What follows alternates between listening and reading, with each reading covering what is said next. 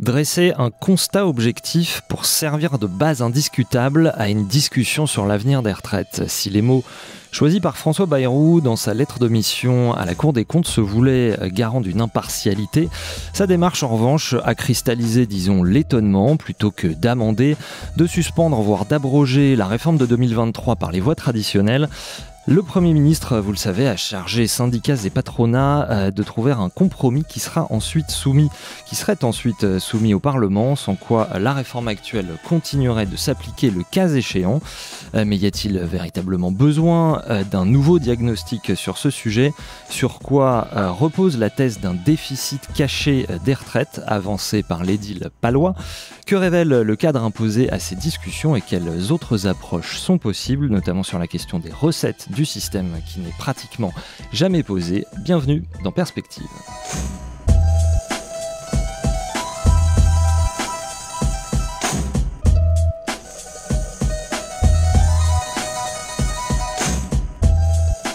Avec nous dans ce studio, Sylvie Durand, bonjour. Bonjour. Secrétaire nationale de l'UJC-CGT, vous êtes membre du COR, le Conseil d'orientation des retraites, et justement membre de la délégation CGT, donc à cette concertation dont on va parler. En face de vous, Michael Zemmour, bonjour. Bonjour. Économiste spécialiste des questions de protection sociale, vous êtes enseignant-chercheur à l'Université Lyon 2 et chercheur associé à Sciences Po. Merci beaucoup à vous deux de prendre le temps de cette émission au milieu de vos agendas qu'on imagine chargés. Sylvie Durand, j'aurais pu plaisanter sur le fait que nous avions en plateau un cardinal de la CGT en votre personne. Mais alors il se trouve que évidemment le terme de conclave a été abandonné, donc je ne ferai pas cette plaisanterie. Information d'ordre sémantique, mais qui n'est pas sans importance, je crois, et qui a été peu commentée.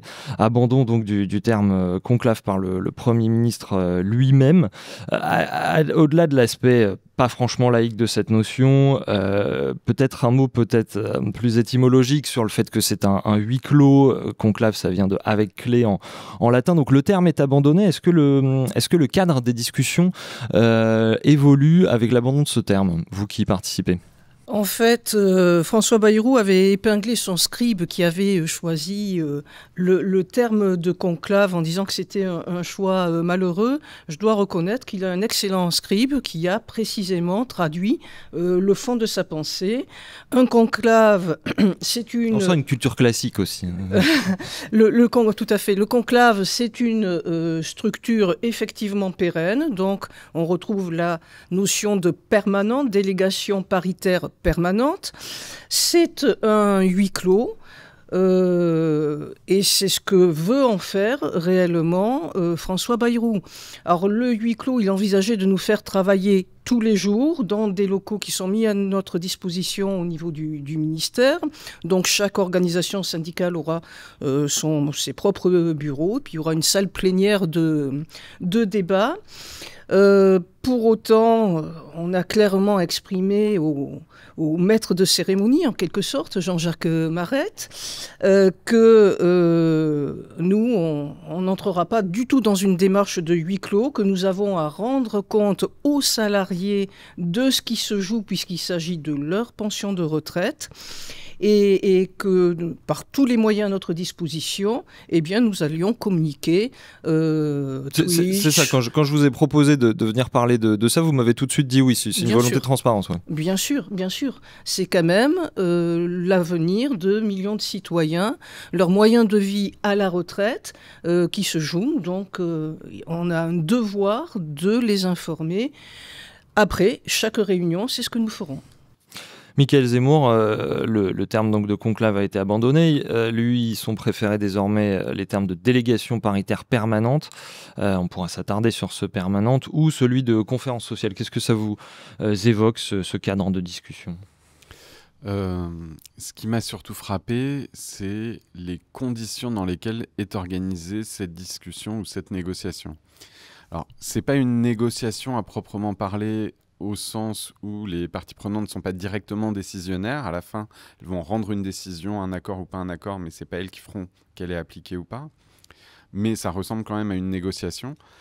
Par contre, un tel cadre aurait été intéressant, pour le dire vite, s'il avait eu lieu avant la réforme.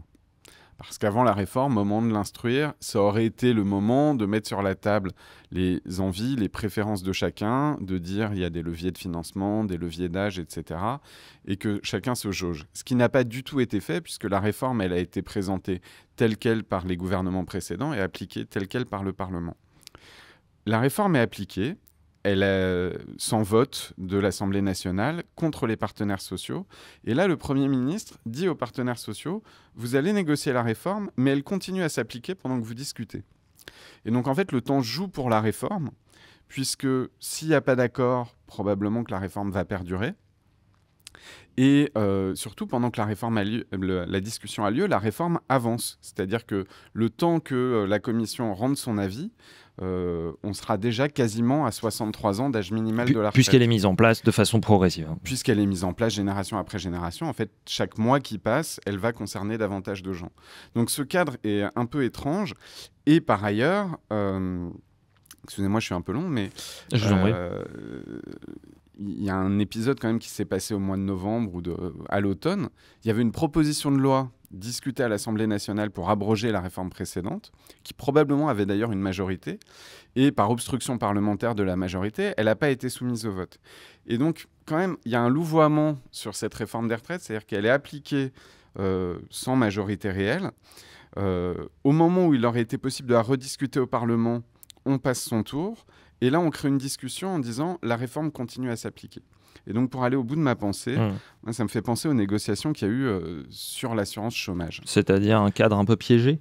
Un cadre un peu piégé, alors pas complètement, peut-être moins que sur l'assurance chômage, mais au moment de l'assurance chômage, donc de 2018 à 2023, enfin 22, le gouvernement donnait des feuilles de route aux partenaires sociaux dont il savait à l'avance que ça ne pouvait pas aboutir.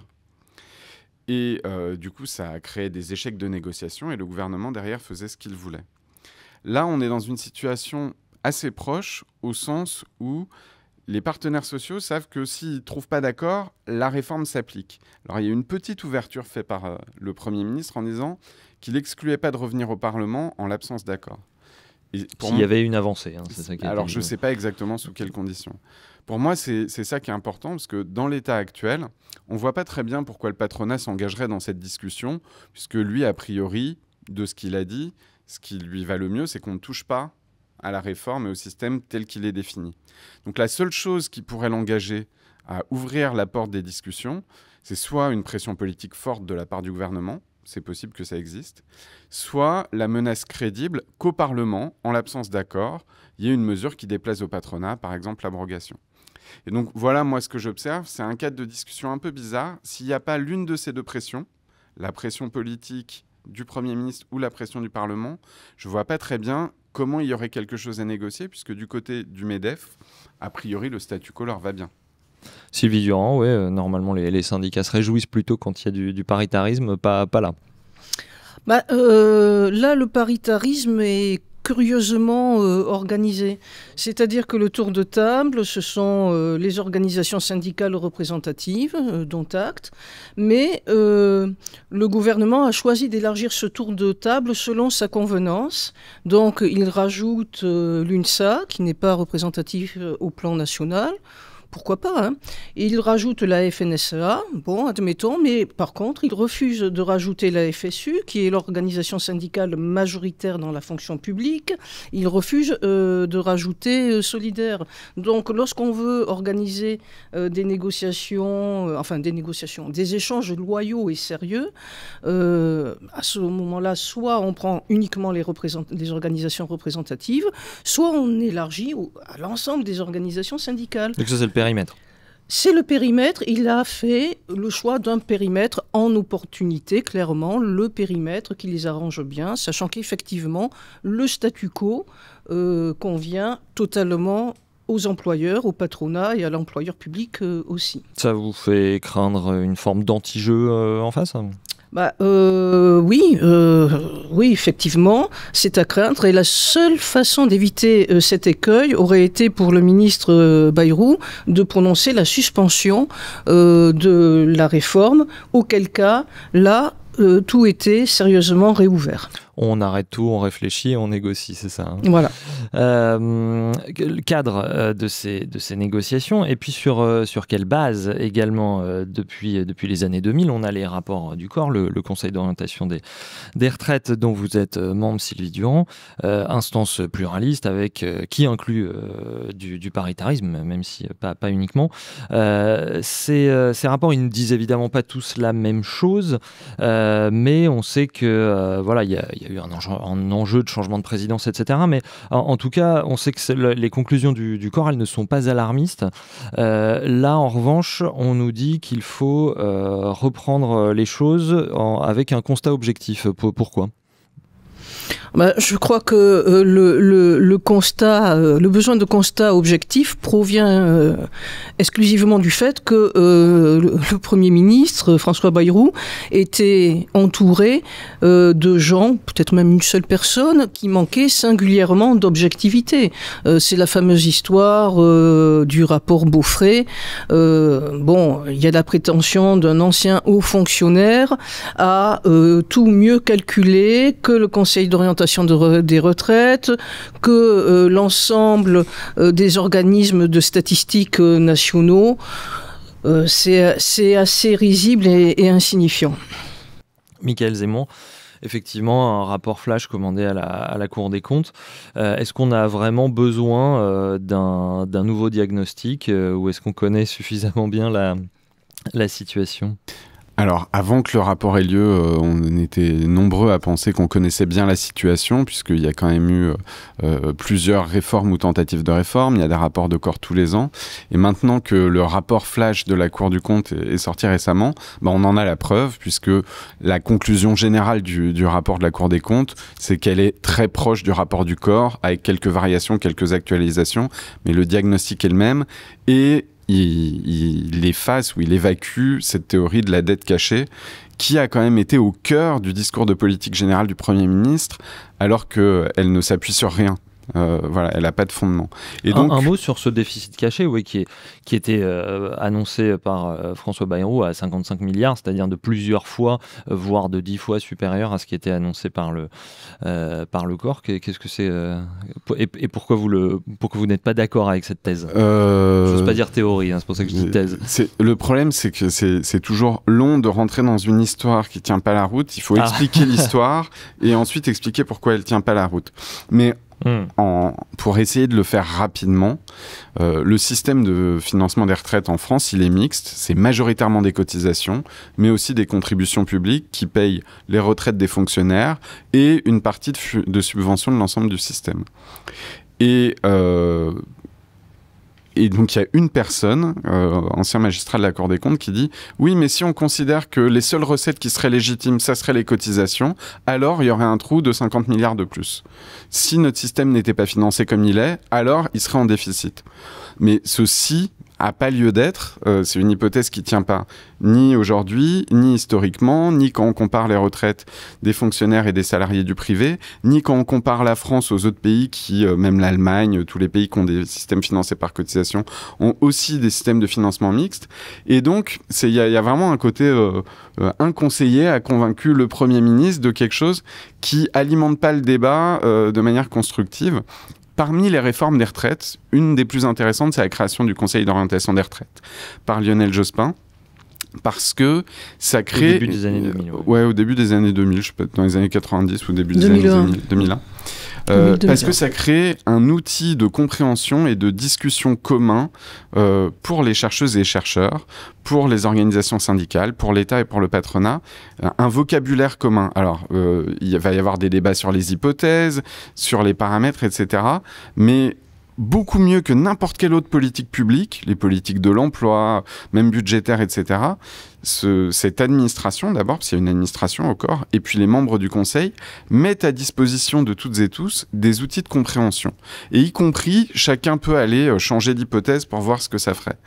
Et donc, c'est un peu inquiétant de mettre en cause tantôt la statistique publique, tantôt les rapports du corps, quand ils n'arrangent pas le gouvernement. On l'avait entendu avec le précédent gouvernement, et là, ce mouvement de dire « on va demander à la Cour des comptes de nous dire si c'est bien vrai tout ça », il se trouve qu'elle a fait son travail honnêtement et que son diagnostic, c'est plutôt que c'est bien vrai, mais que la Cour des comptes, en 3 semaines, fait plutôt un rapport moins solide que les rapports annuels du corps. Donc c'est aussi un peu du temps perdu.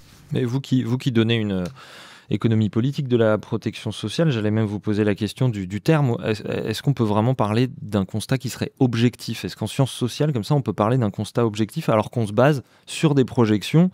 Les faits sociaux, la réalité sociale et économique, elle ne fonctionne pas comme la circonférence de la Terre ou la vitesse de la lumière qu'on peut mesurer de façon définitive. Il n'y a pas de vérité révélée absolue, mais il y a des degrés de choses sur lesquels on peut s'accorder ou pas. Sur la base des comptes publics, sur la base de la statistique publique, on peut discuter d'hypothèses. Et donc, il y a des choses qu'on sait à peu près bien. Par exemple, on sait très bien combien on dépense pour les retraites. On sait très bien pourquoi on projette un déficit dans le futur. C'est plutôt parce que l'État a décidé de diminuer les moyens qu'il met au système des retraites et pas parce que les dépenses vont augmenter. Donc il y a des choses qu'on sait et puis il y a des choses qui font l'objet de débats. Quelle sera la productivité ou la croissance dans 1 an, dans 10 ans? C'est pour ça qu'on fait plusieurs scénarios. Et puis ensuite, il y a des choses qui sont moins certaines et qui font l'objet d'un débat entre économistes. Quel sera l'effet, par exemple, sur le chômage, l'emploi, du décalage de l'âge de la retraite? Et là, c'est des sujets de recherche. L'intérêt du corps, c'est qu'il met à disposition l'état des connaissances sur ce sujet. Donc, il n'y a pas forcément de consensus parfait, mais en même temps, on peut avoir une bonne connaissance commune partagée entre syndicats, patronat, administration. Par exemple, on sait assez bien chiffrer, et d'ailleurs, on est en train de le voir, le nombre de personnes en plus qui va être à Pôle emploi, au chômage ou au RSA suite à la réforme. On l'a regardé sur la précédente réforme. C'est assez objectivable, voilà. Oui, vous comprenez bien que ma question n'était pas relativiste. Hein, non, mais elle est constructiviste. Sylvie Durand, un mot là-dessus, une réponse. Oui, alors sur le constat du déficit, si le corps avait produit un rapport à peu près au même moment que la Cour des comptes, il aurait à peu près sorti les mêmes chiffres. Mais on n'est pas... à 1 ou 2 milliards près en réalité. Lorsqu'on rapporte ça au produit intérieur brut, on est sur des 0,1%, des choses comme ça. L'important, c'est les tendances lourdes. Et évidemment que pour faire fonctionner un système de retraite par répartition, on a besoin de se projeter dans le temps. Alors, on a beaucoup instrumentalisé les évolutions démographiques pour dire que l'on ne pouvait pas financer. La réalité, c'est que d'abord, un régime de retraite par répartition, a priori, on ne voit pas pourquoi il créerait du déficit.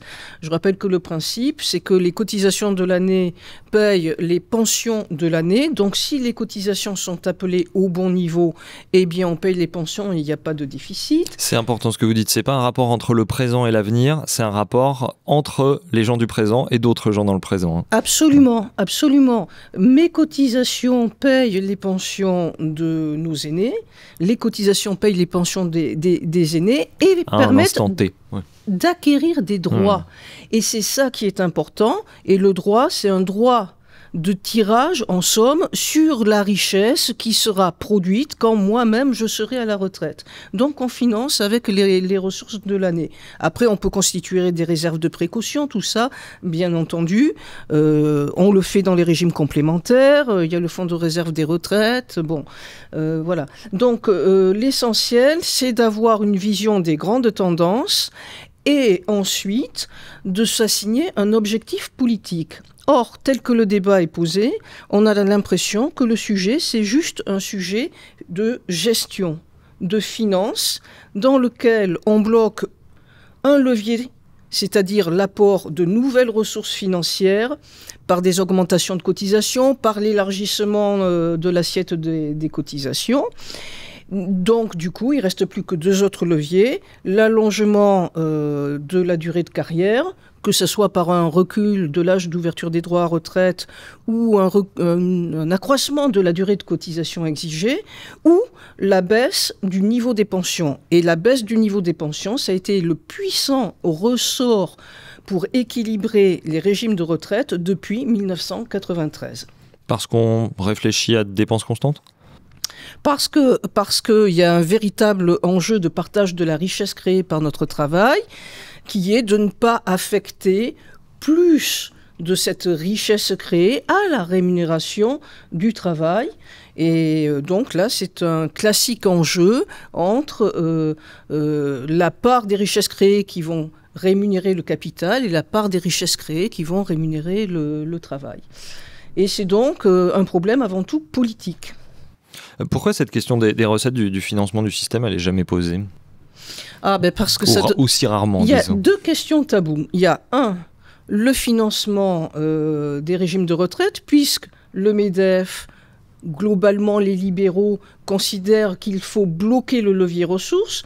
Tout ce qui va au financement du travail, donc au salaire et donc aux cotisations sociales et donc au financement des retraites, ne va pas à la rémunération du capital. Donc le capital est toujours plus gourmand, c'est un petit peu un enfant qui veut toujours faire un tour de manège supplémentaire. On décrète qu'on bloque. Et d'ailleurs, ça vient dans les discussions, c'est un chiffre qui tourne dans les instances européennes depuis longtemps. Il faudrait bloquer à 14% la part du PIB consacrée au financement des retraites. On y est, on sait qu'on va avoir de plus en plus de retraités, dont on souhaite, si les organisations syndicales continuent à bien travailler, qu'ils vivent de plus en plus longtemps parce qu'on aura amélioré leurs conditions de vie. Eh bien, ça crée un besoin de financement. Et donc les 2 sujets tabous, le financement et le niveau des pensions. Tel que la lettre envoyée par Bayrou au président de la Cour des comptes est formulée, on est invité à parler de tout, sauf du niveau des pensions par rapport au salaire de fin de carrière. Or, un régime de retraite n'a pas d'autre raison d'être que de verser des pensions. Et quand on choisit la répartition, le choix qui est fait, c'est de verser des pensions qui garantissent la continuité du niveau de vie entre la période d'activité et la période de retraite. Et cette garantie, elle doit être apportée pour tout le monde, sachant que malheureusement, il y a aujourd'hui des salariés qui n'ont pas de niveau de vie. Donc pour eux, la proposition que porte la CGT, c'est de leur verser le SMIC net. Si le SMIC net, c'est le minimum nécessaire pour vivre, eh bien, il faut qu'aucune pension ne soit inférieure au SMIC net. Michaël Zeman, sur la question des recettes. C'est effectivement le levier qui est systématiquement évacué et oui, quasiment depuis au moins 2010.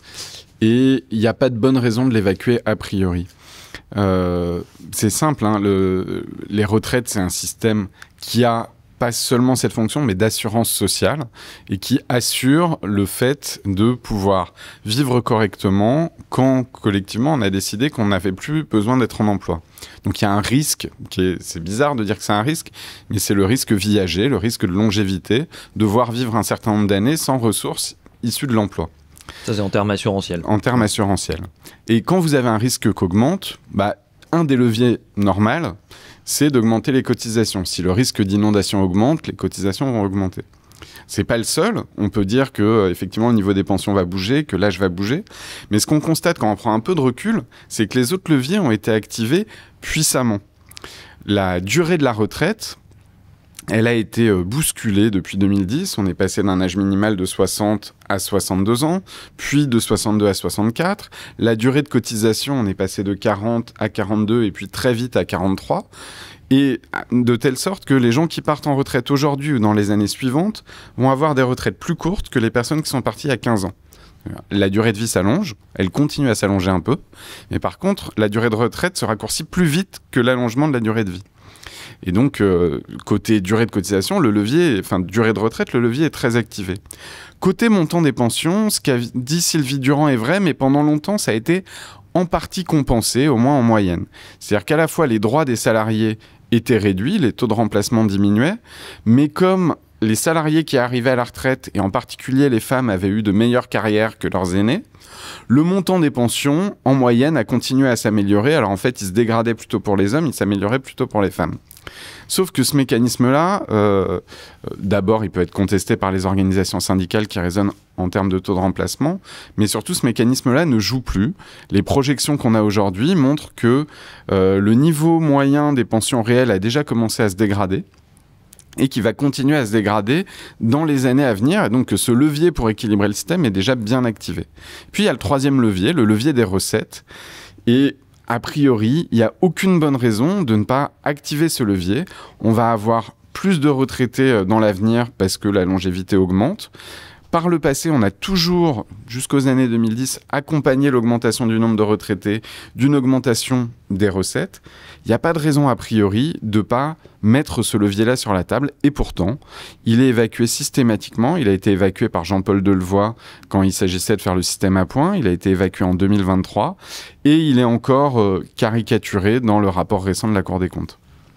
Sylvie Durand, à propos de femmes et d'hommes, justement, si on atteint une égalité salariale, par exemple, on va augmenter les cotisations. Oui, alors effectivement, les régimes de retraite comme les régimes de protection sociale sont malades des inégalités salariales entre les femmes et les hommes, ce qui nous a amené d'ailleurs à construire une proposition que l'on va faire chiffrer dans le cadre de ce cycle d'échanges entre partenaires sociaux, qui est la mise en place d'une contribution d'équilibre qui est temporaire et dont l'objectif est de faire contribuer les entreprises qui entretiennent des inégalités de salaire entre femmes et hommes. Peu d'entreprises, d'après les calculs qu'on a fait chiffrer par l'Agirc Arrco, seraient concernées parce qu'il faut qu'il y ait une mixité sur les emplois, donc 39% des entreprises, mais ça permet de couvrir plus de 90% de la masse salariale nationale. Une cotisation appelée au taux moyen national de 1%, mais modulée entreprise par entreprise en fonction de l'amplitude des écarts constatés et qui se réduirait au fur et à mesure de la réduction de ces écarts jusqu'à extinction, puisque ce que l'on gagnerait en termes de réduction des inégalités salariales permet de mettre en extinction la cotisation de 1%. Et ça, c'est un dispositif pour ne pas attendre 80 ans pour avoir cette fameuse égalité salariale, puisque au train où on va, l'égalité salariale ne sera une réalité que dans 80 ans à peu près. De façon générale, le niveau des salaires influe sur les cotisations et on peut se poser la question là des destructions massives d'emplois qui vont dégrader les comptes de la protection sociale. Oui, alors c'est pour ça que oui, c'est une question importante, surtout lorsqu'on est en train de mettre en place et de déployer tous les systèmes d'intelligence artificielle dont on sait que le solde net entre création de nouveaux emplois et destruction d'emplois existants sera négatif. Alors bon, selon les études, à des horizons divers, on parle de 5-6 millions d'emplois détruits. Donc le sujet, c'est d'asseoir le financement des retraites sur le prélèvement de la richesse créée et sur le gain des productivités. En d'autres termes, comment finance-t-on les retraites, quel que soit le taux de chômage? Parce qu'on sait que le niveau de non-emploi va augmenter dans les années à venir. Et là-dessus, on a fait des travaux et on montre que l'on peut financer les retraites. Il s'agit simplement de prélever un peu plus sur la rémunération du capital. Ce ne sera pas confiscatoire, c'est un peu plus. Et le corps, d'ailleurs, a fait les calculs. Hein. Le corps a dit dans un de ses derniers, pas le dernier, mais l'un des précédents rapports, que pour maintenir le niveau des pensions, enfin les conditions de liquidation et le niveau des pensions que l'on avait au début des années 90, il aurait fallu augmenter entre ce 90 et aujourd'hui, de 6 points la part du PIB consacrée au financement des retraites. C'est-à-dire qu'au lieu de consacrer 14%, il faudrait en consacrer 20%. Je tiens à rappeler qu'entre les années 50 et les années 80, on a doublé la part du PIB consacrée au financement des retraites. Donc là, c'est un effort certes à produire, mais qui est sans commune mesure. Question également sur le plafond de la sécurité sociale.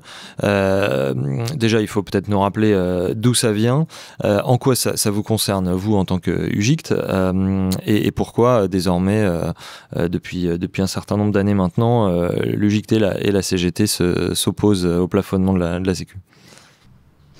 Alors, le plafond de la sécurité sociale est un héritage historique. Au temps des assurances vieillesse, on avait un plafond de revenus qui correspondait à un plafond d'exclusion. C'est-à-dire les gens qui dépassaient un certain niveau de revenus étaient exclus du système des assurances sociales. Après, avec l'instauration de la sécurité sociale, on a gardé ce plafond pour définir la zone sur laquelle on va appeler les cotisations.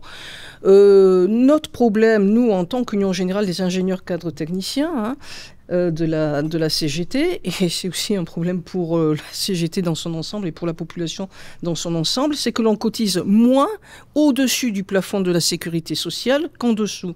Donc, nous demandons à ce que l'on puisse cotiser autant au-dessus du plafond de la sécurité sociale qu'en dessous, ce qui déjà rapporterait des ressources supplémentaires au système de retraite et permettrait au personnel d'encadrement, singulièrement si cette hausse des cotisations est mise en œuvre dans les régimes complémentaires Agirc-Arrco, d'augmenter l'acquisition du nombre de points de retraite. Et c'est très très important ça, parce que si on peut dire que les taux de remplacement globalement en moyenne se sont certes dégradés, mais très progressivement, la progressivité n'a pas été du tout la même pour tout le monde.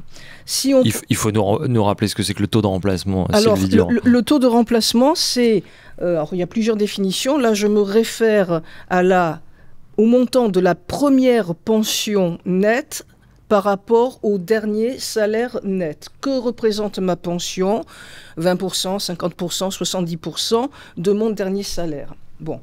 Et quand on prend le début des années 80, alors là, c'est les chiffres documentés par le corps, premier rapport du corps, pour un cadre, un cadre, ingénieur, technicien supérieur, la pension représentait 72% net du salaire net de fin de carrière. Derniers travaux de l'Agirc-Arrco de 2021, pour un cadre de la génération 56, parti en 2020, la pension ne représente plus que 67,2% du dernier salaire net. Mais pour le jeune né en 96 et qui partira en 2062, la pension ne représentera plus que 51,4% de son salaire de fin de carrière. Donc, c'est une décroissance insoutenable. Ça veut dire que les personnels d'encadrement, dans cette logique-là, n'auraient plus la garantie de la continuité de leur niveau de vie de carrière. Et ça, c'est un véritable problème, parce qu'on les invite, en s'appuyant sur ces données, les sociétés d'assurance les invitent à aller épargner pour leurs vieux jours, comme on pouvait le faire avant la création de la sécurité sociale. Épargne dans des systèmes totalement volatiles, puisque entre le début de carrière et la fin de carrière, il y aura de multiples cracks financiers, en sorte que la restitution même du capital constitué péniblement n'est pas garantie. Michael Zemmour, vous avez des cadres qui veulent financer la Sécu. Oui, des cadres qui veulent financer la Sécu. C'est pas très surprenant. Il y a un très fort attachement dans l'ensemble de la population, y compris chez les cadres, à la sécurité sociale et y compris aux retraites. On l'a vu lors des réformes précédentes, parce qu'il y a véritablement un besoin. C'est-à-dire que cette volonté de sécurité de fin de carrière, elle existe. Et donc, s'il n'y a pas la Sécu, il faut payer de toute façon dans des systèmes de capitalisation. Quand on compare les différents pays, ils sont généralement coûteux pour la puissance publique parce qu'ils demandent des subventions fiscales. Ils sont plutôt inégalitaires et finalement, la sécurité sociale fait plutôt un bon travail. Alors après, dans les pistes revendicatives de la CGT, il y avait beaucoup de choses, donc je ne vais pas forcément tout énumérer. Sans doute que le scénario où on aurait mis 6 points de PIB en plus pour les retraites aujourd'hui, il faudrait que le monde soit sacrément différent. Aujourd'hui, ça me paraît très difficilement soutenable, ou alors dans un monde qui n'est pas celui dans lequel on vit aujourd'hui. Par contre, et même à la limite, on pourrait discuter du sort qui a été fait aux générations précédentes, les générations qui sont sorties dans les années 50. Finalement, du point de vue de la retraite, ont été plutôt bien traitées. Elles sont parties relativement tôt et plutôt avec des taux de remplacement élevés. Moi, la question que j'ai, c'est pour l'avenir. C'est-à-dire que les dérives telles qu'elles sont projetées et telles que vous les avez données, de baisse des taux de remplacement, sont vraiment inquiétantes. Et c'est de ça qu'il faudrait discuter en même temps. C'est-à-dire que qu'on soit passé pour des cadres de 72 à 67, clairement, ça ne fait pas plaisir. Peut-être que c'était le bon chemin ou pas. Il faut voir. Par contre, aller vers 50%, clairement, ça crée un choc important. C'est le cas pour les cadres, mais c'est aussi le cas pour les autres catégories de salariés, dans une moindre mesure. Et donc, quand on discute du système de retraite, il faudrait discuter d'objectifs à moyen et à long terme, tout en sachant qu'on ne prévoit pas l'avenir, mais qu'on se dise quel est le bon âge. Et peut-être que les âges doivent être différenciés en fonction des métiers, de manière plus ferme, et des niveaux de pension. Discuter d'un objectif de taux de remplacement dans le temps et discuter de ressources, puisque aujourd'hui le débat n'est cadré que sur la question de l'équilibre financier, qui en fait est un sujet important, mais qui n'est pas un sujet à dramatiser autant. Et donc ça, c'est vraiment quelque chose qui manque dans le débat. Et là encore, le fait d'avoir dit c'est la Cour des comptes qui doit dire la vérité des choses, ce qui manque dans le rapport de la Cour des comptes et que vous avez dans tous les rapports du corps, c'est la projection du niveau de vie des retraités dans les 20 ou 30 années à venir. Par contre, il y a des pages et des pages sur le solde, à la virgule près, etc. En fait, ce que vous décrivez, c'est de se poser la question de la réalité des carrières. Sylvie Durand, une chose qui s'est passée, c'est qu'on fait plus d'études qu'avant. Vous plaidez justement pour la prise en compte des années d'études dans les retraites. Oui, je vais répondre à la question, mais avant, je veux simplement préciser mon propos. Entre les années 50 et les années 90, on a doublé la part du PIB affectée au financement des retraites. On est passé de 4% à 8%. Le propos n'est pas de dire on n'a pas fait ce qu'on devait faire. Le propos est de dire que pour revenir à un droit à retraite à 60 ans, avec un taux moyen de remplacement de 75%, c'est de l'ordre de 6 points de PIB qu'il faut dégager progressivement sur un certain nombre d'années à définir en fonction de l'effort que l'on consent politiquement à faire. Donc le retour du jour au lendemain, effectivement, ça semble compliqué. Il faut y aller petit à petit. La politique des petits pas a son mérite. Mais 6 points de PIB sur 15 ans, on ne voit pas en quoi c'est pas soutenable. Donc là, quand on parle de ça, c'est vraiment une question qui concerne, là pour le coup, les jeunes générations, parce que ceux qui souffriront le plus, ce sont ceux qui sont nés à partir des années 96-90.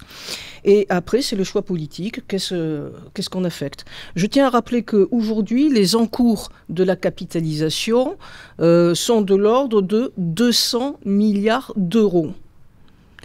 Et je crois qu'il y a une immense faute politique du gouvernement qui a été d'encourager à grand renfort d'incitation fiscale et donc d'exonération fiscale le développement de la capitalisation, parce que ces 200 milliards, ils seraient infiniment mieux s'ils étaient aujourd'hui dans le régime de retraite par répartition. Peut-être pour le dire, pour se mettre d'accord sur notre désaccord, je pense qu'on sera d'accord là-dessus. Dire qu'on consacrerait peut-être dans 15 ans 6 points de PIB en plus, ça n'est envisageable que dans un monde où en même temps, les organisations syndicales, par exemple la CGT, sont capables d'obtenir une redéformation du partage de la valeur ajoutée, c'est-à-dire des augmentations de salaire dans un contexte de croissance conséquent. Et donc, c'est-à-dire qu'en fait, la revendication, elle est double. Elle est à la fois 6 points de PIB de la retraite, mais en même temps, une augmentation des salaires et soit une diminution de la part des profits importante. Donc, dans ce cadre-là, c'est cohérent. Après, est-ce que c'est possible et atteignable? L'avenir nous le dira. Effectivement, l'économiste est plutôt prudent et raisonne plutôt dans le monde qu'il connaît, c'est-à-dire une part des salaires dans la valeur ajoutée plutôt stable. Et dans ce monde-là, qui n'est pas le meilleur des mondes, ça ne veut pas dire qu'on ne peut pas bouger, mais dans ce monde-là, 6 points de PIB, ça paraît beaucoup. Ça paraît même trop parce que ça créerait un décalage entre salariés et retraités. Par contre, dire qu'on va rester à zéro alors que le nombre de retraités augmente, c'est ce qui est la position des gouvernements qui succèdent, c'est une position très extrême. Voilà. Et donc, je pense qu'on est d'accord sur l'analyse. Par contre, vous avez des ambitions sur l'évolution des salaires, là où je suis plutôt conservateur, parce que je regarde le passé récent.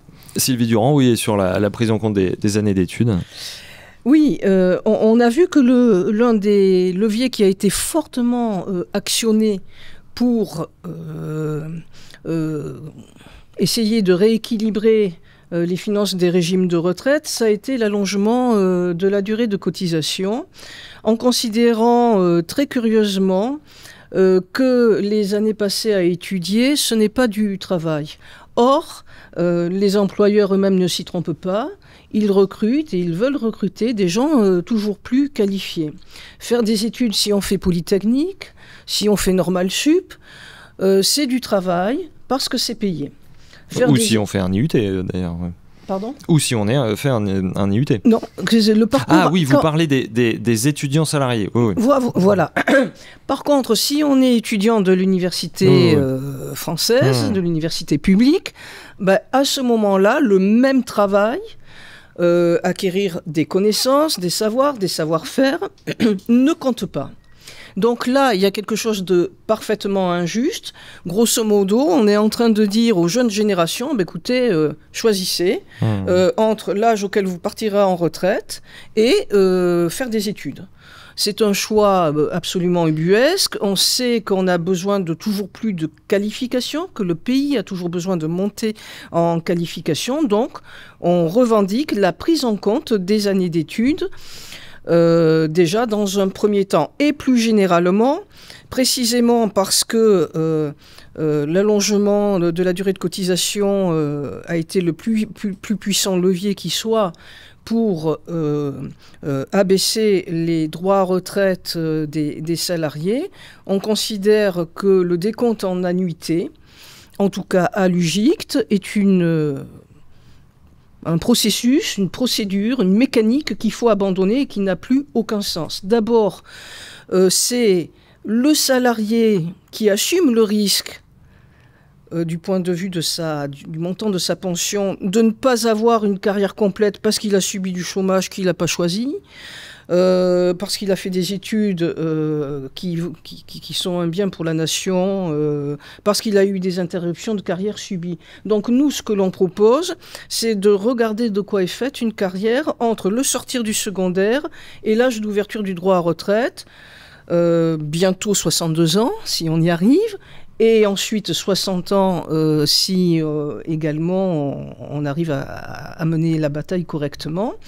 Et si entre le sortir du secondaire et l'âge de 60 ans, il n'y a que des périodes d'études, de formation continue, d'activité professionnelle ou d'inactivité subie, maladie, incapacité de travail, eh bien on a le droit à 75% du salaire moyen des 10 meilleures années de carrière.